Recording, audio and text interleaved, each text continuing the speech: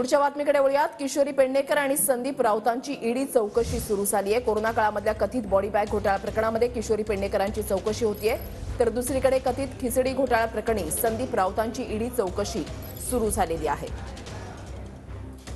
संदीप राऊत आणि किशोरी पेडणेकरांची ईडीकडून चौकशी जी आहे ती सुरू झालेली आहे।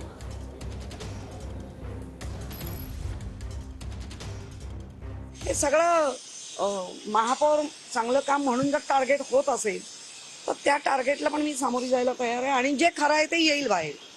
कारण मी कुठलाही कधी आयुक्तांना म्हणा किंवा कोणालाच मी कधी असे दबाव टाकले नाही आणि असे दबाव टाकून जर आयुक्त काम करत असतील तर मग आता तर नगरसेवकच नाही, मग दबावावरच काम करतायत की काय।